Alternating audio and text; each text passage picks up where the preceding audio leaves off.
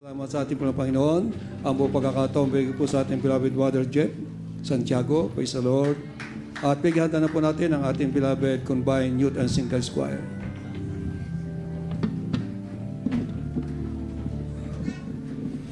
Praise the Lord. We give the highest praise, glory, and honor to our loving Savior Jesus Christ. Ako po ay dubleng, ako po ay bumabati po sa ating beloved Holy James, and also our beloved sister, beloved Tin, at ang kanyang mga anak, beloved Ian, and beloved Christian, and beloved Mommies there. Ako po ay nagpapasalamat po sa ating pinakamamahal na Panginoon. Hallelujah. At kami po ay ginabayan ng ating pinakamamahal na Panginoon para makarating po dito ng maayos dito po sa ating gawain. Gusto ko lang po i-share mga minamahal. Napakabuti at ako ay nagpapasalamat sa ating pinakamamahal na Panginoon dahil ako po ay nakakilala sa ating pinakamamahal na Panginoon. At alam po niyo mga minamahal, bago po ako nakakilala dito sa ating gawain, ako po ay hindi po ako basta-basta naniniwala mga minamahal. Napakatigas po ang aking puso. Ang aking puso ay hindi ako basta-basta naniniwala kahit kanino.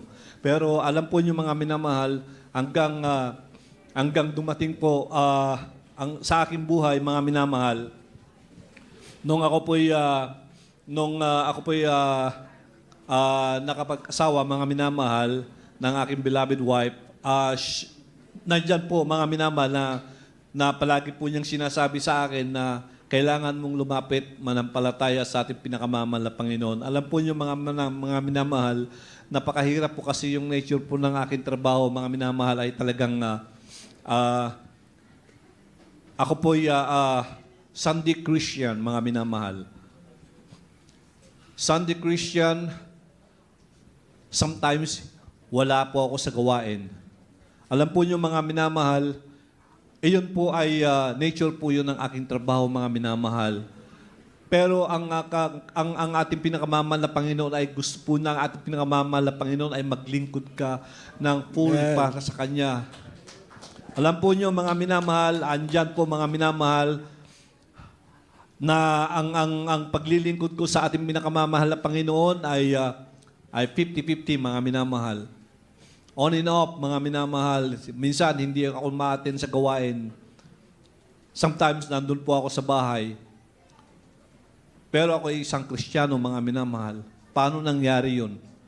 Alam po niyo mga minamahal, dahil sa ang puso ko po ay may katigasan mga minamahal.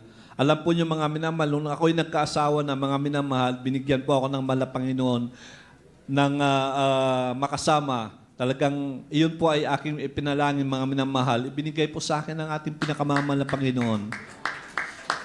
And alam po niyo mga minamahal, nung kami po ay nagkaanak, Sunday Christian, nagkaanak po kami mga minamahal. Nagkaroon po kami ng anak. Alam po niyo mga minamahal, ang ginawa ko, dahil po ako po ay nagtrabaho mga minamahal. Gusto kong i-produce mga minamahal yung kailangan ng aking pamilya. Alam po niyo mga minamahal, ang aking beloved wife, sila po ay umaattend. Ako po ay nagtatrabaho. Sabi niya sa akin, umattend ka. Alam po niyo mga minamahal, kung a-attend ako, kailangan ko rin kumita. So sabi ko mga minamahal, alam po niyo, nung nanganak po yung aking beloved wife, mga minamahal, siya po ay lumabas normal, mga minamahal. And after that, panay pa rin ang trabaho ng aking buhay, mga minamahal. Kasi kailangan ko magsumikap. Talagang gusto ko family. Pero hindi ko inuuna ang ating pinakamamahal na Panginoon. Alam po niyo mga minamahal, dumating po yung panahon na yung beloved wife ko po, mga minamahal, nagkaroon po, ang sabi po niya sa akin, kailangan umuwi ka. Ako po ay nasa dako po ng ibang lugar, mga minamahal. Ako po ay nasa Cebu. Alam po niyo mga minamahal, sabi niya, umuwi ka dahil yung beloved baby natin ay mayroon siyang tigdas, mga minamahal. Nagkaroon siya ng tigdas. At sabi ko, ay ganun ba? Kasi hindi pa po ako tunay, hindi pa po ako certified, tunay na Kristiyano, mga minamahal. At nandyan po, mga minamahal, nung sinabi po ng beloved ko, ako po yung umuwi, mga minamahal, ayun pala, mga minamahal, critical yung sitwasyon po ng aking anak, mga minamahal. Dinala po niya sa Chinese General Hospital. Alam po niyo, mga minamahal, almost like 2 months, mga minamahal. Alam po niyo, doon po, lahat po, doon ko po naramdaman na yung sa mahal na Panginoon, paano makipag-communicate sa Kanya, yung panalangin. Alam po niyo, mga minamahal, nandun po kami, sabi ng beloved kong magsisika. Magsisika, dito tayo, manampala tayo sa mahal na Panginoon. Alam po niyo, mga minamahal, tinitignan po nila kami, ang dami pong nakatingin po sa amin, pero kami nananampalataya sa ating pinakamamahal na Panginoon. 50-50 po, 2 beses po yung aking eldest son, mga minamahal, sa kanyang karamdaman. Siya po ay pinagaling ng ating pinakamamahal na Panginoon. Praise the Lord. And alam po niyo, mga minamahal, and yung aking beloved na daughter, mga minamahal, yung pangalawa, siya po ay mga overdue, mga minamahal. Na overdue. Pero ang mahal na Panginoon, napakabuti. Alam po niyo, mga minamahal, talagang sabi ko, bilang ako'y isang half-half Christian, nakakaatin kung kailan mo gusto. Alam po niyo, mga minamahal, ang mahal na Panginoon ay napakabait. Talagang, nung lumabas po siya, is normal, mga minamahal. Sabi ko, napakabuti ang ating pinakamamahal na Panginoon. Bilangin ang kabutihan na pinagkakalupo ng ating pinakamamahal na Panginoon. Yung aking, the youngest, yung pinakabunso, yung bunso ko, mga minamahal, sabi ng beloved ko, lalabas na. So, siya po ay kulang sa buwan. So, ang mangyayari, ang sabi po ng hospital na kailangan maglagay yung beloved dito para makikita yung sitwasyon niya. Alam po niyo, mga minamahal, nung siya po ay manganganak, sa dako po ng Lasal, sa Dasmariñas, mga minamahal, hindi po siya tinatanggap po ng hospital kasi ang hospital po niya is sa Chinese General Hospital. So, napaka-complicated, mga minamahal. And alam po niyo, mga minamahal, nung itinakbo siya sa ambulance, mga minamahal, nanalangin. Nandiyan ang panalangin, mga minamahal. Alam po niyo, sumakay yung beloved ko sa taxi, mga minamahal, all the way. Hindi nila alam, mayroong ambulance doon sa harap. May patrol, mga minamahal. Yun po ang sinundan nila. Napakabuti po ang ating pinakamamahal na Panginoon. Sila po ay nakarating sa hospital ng mapayapa. Dahil po sa ating pinakamamahal na Panginoon, talagang napakabuti po ang ating pinakamamahal na Panginoon. And alam po nyo, mga minamahal, sabi ko, trials, ang dami na po, hindi ko na mabilang ang ating pinakamamahal na Panginoon, ang kanyang pagpapala na pinagkalupo sa amin. So, sabi ng beloved wife ko, gusto ko maging, as a Christian. Baguhin mo yung estilo mo, my beloved husband, sabi po sa akin. Dahil po, ang aking trabaho, ang nature, kung saan-saan po ako. After works, mga minamahal, nandyan po, nightlife. So, hindi po ako makahindi kasi ang mga kasama ko, katrabaho ko, is, iyan po ang kanilang mga linya. And hanggang dumating po, mga minamahal, na sabi ko, sa mahal na Panginoon, gusto kong baguhin yung sarili ko. Papaano?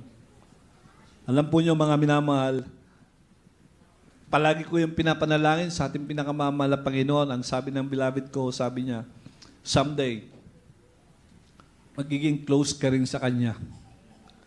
Alam po niyo, mga minamahal, nagkaroon ng karamdaman yung aking mga anak, yung mga ganong sitwasyon, mga minamahal. And then, sabi ko, ayan na, dumating ang isa na hindi namin inaasahan, mga minamahal. Yung beloved wife ko, siya po ay na-diagnose ng cancer, mga minamahal. Gastro. And kami po ay nasa bahay, hindi po namin alam kung ano ang aming gagawin. So, tahimik. Kami po ay nanalangin sa mahal na Panginoon na sana, mahal na Panginoon, bigyan nyo ng kalakasan ng aking beloved wife. Alam po nyo mga minamahal, dahil po doon po sa aking beloved mga minamahal, kasi napakahirap po. Napakahirap po yung sitwasyon. Alam po nyo mga minamahalong nalaman nila, hindi namin alam, talagang yung ulap, yung dilim parang bumagsak sa baba, mga minamahal. Hindi kami nag-uusap. Yung mga beloved daughters ko, beloved son, tahimik. Sa aming tahanan, tahimik po mga minamahal. Very quiet. And nandyan, at ang mahal na Panginoon ay talagang bilang ikaw ay nananampalataya sa ating pinakamamahal na Panginoon, nandyan yung kanyang guidance, mga minamahal. And ang sabi po ng doktor para sa beloved ko, almost over like 6 months, yun po ang taning ng iyong, yun po ang ano ng beloved mo kasi she's getting weak. Alam po niyo mga minamahal, pero dinugtungan po yun ng ating pinakamamahal na Panginoon. Binigyan po siya ng almost 5 years, mga minamahal. To live. Praise the Lord. So napakabuti po ang ating pinakamamahal na Panginoon. Sabi ko, iyon ay pasasalamat ko na sa ating pinakamamahal na Panginoon. And nung nawala yung beloved ko, mga minamahal, kinuha na po siya ng ating pinakamamahal na Panginoon. Ako na lang po yung naiwan in aking mga children, mga minamahal, yung beloved kids ko. And sabi ko, mahal na Panginoon, wala rin naman akong gagawin na rito eh. Sabi ko, I don't care, sabi ko. Bahala na yung sarili ko. Alam po yung mga minamahal, ako po'y nag-isip, mga minamahal. Nung nawala yung beloved ko, sabi ko, hindi ko alam kung paano mangyayari sa buhay ko. And dumating na nga yung panahon, mga minamahal, na malapit na po akong mawala sa ating pinakamamahal na Panginoon. I almost lost myself, mga minamahal. Hindi ko na po, halos hindi ko nakilala yung sarili ko. And nariyan na mga minamahal na nagkaroon na po ako ng, sa pag-iisip, nagkaroon na po ako ng depression, mga minamahal. Nagkaroon na po ako ng mga hindi inaasahan, mga minamahal, sa karamdaman. Alam po niyo, mga minamahal, kumapit po ako sa ating pinakamamahal na Panginoon. Sabi ko, suko na ako. Sumuko po ako sa ating pinakamamahal na Panginoon. Yeah. Nagkaroon po ako ng karamdaman, multiple stroke po ako, mga minamahal. Sa multiple stroke, mga minamahal, hindi ko po alam kung ikaw ay mabubuhay, mga minamahal. Isang stroke lang, baka kukunin ka na ng ating pinakamamahal na Panginoon. So, na multiple stroke po ako, mga minamahal, ayun ay, sabi ko kung ano kagustuhan mo, mahal na Panginoon, bahala po kayo. Kayo na pong bahala sa akin. Talagang, iyon ang pananampalataya ko, sabi ko, naniniwala ako sa inyo, mahal na Panginoon, na lahat ang mga may karamdaman, inyo po kaming mapapagaling. Alam po niyo, mga minamahal, ako po'y nakoma, mga minamahal. Sabi ko, before, sumakay po ako sa taxi, mga minamahal, sabi ko sa beloved son ko, I think this is the end. Sabi ko, mahal na Panginoon, ikaw nang bahala. Wala na po akong makita. Umiikot na po yung aking paningin. Alam po niyo, mga minamahal, kung talagang kagustuhan ng mahal na Panginoon na ikaw ay buhayin siya, ang ating pinakamamahal na Panginoon, siya po ay bubuhayin kanya. Yeah. Alam po niyo, sa taxi pa lang, mga minamahal, pag ikaw ay nakoma, sa taxi pa lang, mga minamahal, dinala pa ako sa hospital. Sabi ko sa anak ko, before kami umalis, sabi ko, mahal na Panginoon, yun lang pinanghawakan ko, ikaw nang bahala. Sumakay ako sa taxi, mga minamahal, hanggang doon sa hospital, ayun pala, mga minamahal, maling hospital pala yung hindi pala sila tumatanggap ng ischemic stroke po doon, mga minamahal. So, pumunta na naman kami sa ibang hospital, mga minamahal. And yung travel na yon, mga minamahal, parang napakaalanganin na mga minamahal. Na talagang kung wala kang pananampalataya sa ating pinakamamahal na Panginoon, ano kaya ang mangyayari? Pero napakabuti po ang ating pinakamamahal na Panginoon. Yes. Almost three weeks po ako comatose, mga minamahal. I mean, coma, na hindi na po ako nagigising. Alam po yung mga minamahal, nandyan na po lahat ng aparato sa aking katawan ay kailangan na po nilang tanggalin, mga minamahal. Kailangan nilang alisin. Kinausap po nila yung aking beloved son, the eldest. Ang sabi po nila, kailangan nilang mag-usap-usap ng aking mga beloved son and beloved daughter. Alam po yung mga minamahal, ano pa ba ang kailangan? Kasi wala nang remedy. So sabi, ibig sabihin, mga minamahal, yung aking buhay ay talagang wala nang pag-asa. Dahil tinatanggal na po yung lahat po ng mga nakasaksak po sa akin. So, ibig sabihin, totally black ka na. Pero napakabuti ang ating pinakamamahal na Panginoon. Yes. Pinaplano po nilang tatanggalin, mga minamahal. Pinaplano pa lang nila tatanggalin. Napakabuti ang ating pinakamamahal na Panginoon. Napakalakas na prayer. Alam po niyo, mga minamahal, ang ating pinakamamahal na Panginoon, ibinalik po niya ang aking buhay while I'm sleeping. Praise the Lord. Koma, nagising po ako, mga minamahal. Napakabuti ang ating pinakamamahal na Panginoon. And nung pagkatapos niya, napakabuti ng ating pinakamamahal na Panginoon dahil binigyan niyo po ako ng panibagong buhay, naka-recover po ako, mga minamahal. And the last one, mga minamahal, nung ako po'y umattend po ng kasal, pumunta po ako ng Texas, mga minamahal. Yung beloved son ko, siya ay kakasal po doon sa Texas. Ako po'y talagang papasalamat sa mahal na Panginoon kasi gusto ko pong masubukan. Sabi ko, yung ganong sitwasyon. Alam po niyo, mga minamahal, dito sa Amerika, yung mga anak natin, talagang hindi ka po ganong kadaling alagaan, mga minamahal. Kung hindi po sila naglilingkod sa ating pinakamamahal na Panginoon, napakahirap po. Pero alam po niyo, mga minamahal, dahil sila po yung naglilingkod sa ating pinakamamahal na Panginoon, blessed na blessed po ako dyan. Dahil napakadali po ang communication. Alam po niyo, mga minamahal, dako po ng Texas 2 days before ng kanilang kasal. Alam po niyo, mga minamahal, na-stroke na naman ako doon, mga minamahal. Nag-stay po ako doon sa Hernan, mga minamahal, for almost a month. Iyon po, ang pagka-stroke ko puro, mga minamahal, maliban sa ischemic stroke, mga minamahal, nagkaroon po ako ng stroke, half body naman, mga minamahal.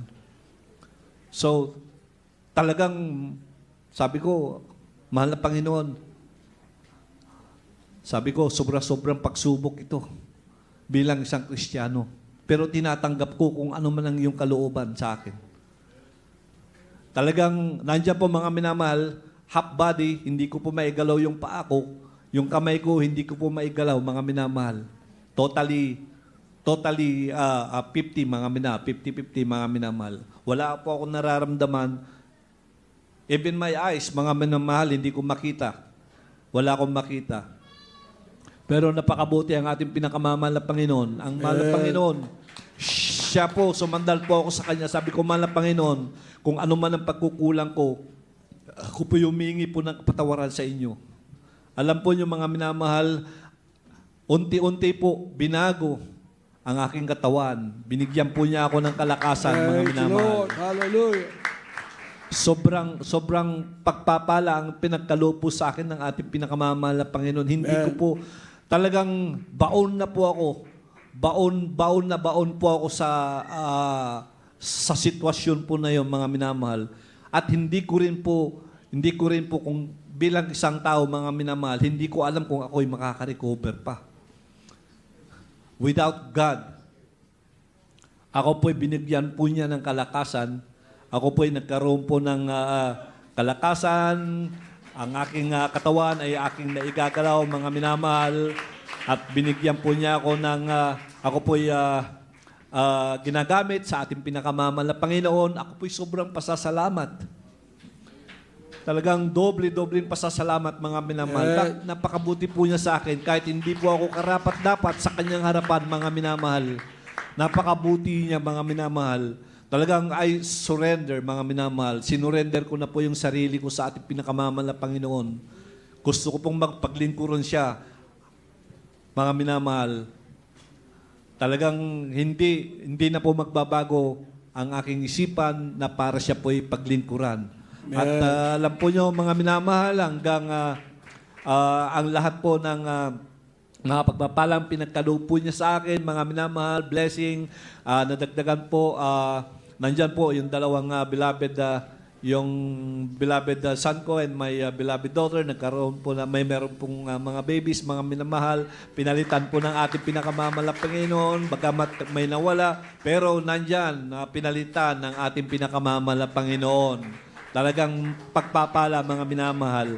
At ang lahat po ng kapurihan, pasasalamat po ay sa ating pinakamamahal na Panginoong Hesus po lamang. Amen. Praise the Lord. Palakpakan po natin ang ating pinakamahal na Panginoon. God bless you po, beloved Brother Jeff Santiago, sa pinagpalang patutong yan. Ito ay napakabuti ng ating